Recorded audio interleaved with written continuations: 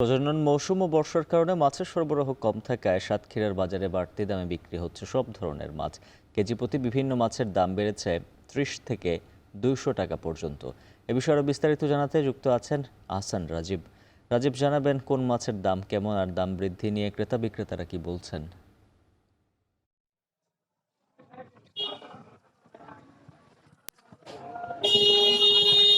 উজ্জ্বল, সাতক্ষীরায় প্রায় ৬০,০০০-এর বেশি মৎস্য খামার রয়েছে, যেগুলোতে কিন্তু লবণ পানির মাছ এবং মিঠা পানির মাছ উভয় মাছই কিন্তু চাষ করা হয়। এর মধ্যে সবচেয়ে বেশি চাষ করা হয় লবণ পানির মাছ। যেহেতু এখন বছরের এই সময়টিতে জুন থেকে জুলাই, আগস্ট, সেপ্টেম্বর পর্যন্ত এই মাছের ঘেরগুলোতে আসলে প্রচুর পরিমাণে পানি থাকে, যে কারণে এখানে মাছের আসলে প্রজনন মৌসুম হিসেবে বলেন এখানকার মাছ চাষিরা।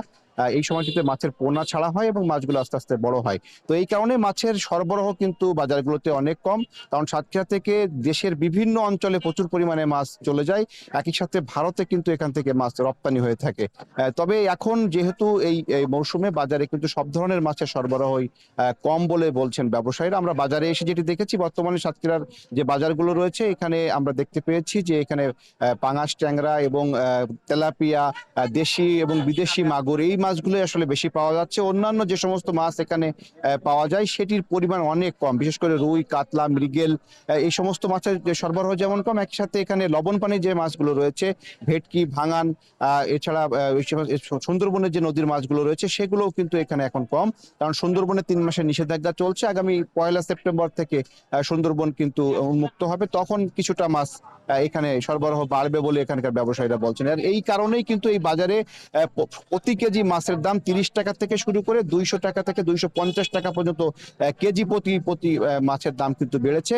এখানে যে মাছগুলো এখন পাওয়া যাচ্ছে তার মধ্যে রয়েছে তেলাপিয়া, সেটি বিক্রি হচ্ছে ২০০ টাকা কেজিতে। এছাড়া পাঙাশ ট্যাংরা সেটি বিক্রি হচ্ছে ১৭০ টাকা থেকে ১৮০ টাকা কেজিতে। তেলাপিয়া সহ অন্যান্য যে সমস্ত মাছগুলো বাজারে আসছে সেগুলো কিন্তু দাম কিছুটা কম থাকলেও ঘেরের যে মাছগুলো, বিশেষ করে এখানে লবণ পানির যে মাছগুলো বাজারে আসে সেগুলোর দাম কিন্তু বেশ বেশি। প্রতি কেজি মাছ এখানে ২০০ টাকা থেকে ২৫০ টাকা কেজিতে বেশি দামে কিন্তু বিক্রি হচ্ছে। অন্যান্য সময় যে ভেটকি মাছ বিক্রি হয় ৫০০ টাকা থেকে ৭০০ টাকায়, সেটি এখন বিক্রি হচ্ছে ৭০০ টাকা থেকে ১২০০ টাকা কেজিতে। পার্শে মাছ যেটি বিক্রি হয় ৮০০ টাকা থেকে ৯০০ টাকা, সেটি বিক্রি হচ্ছে ১০০০ টাকার উপরে প্রতি কেজি দামে কিন্তু বিক্রি হচ্ছে।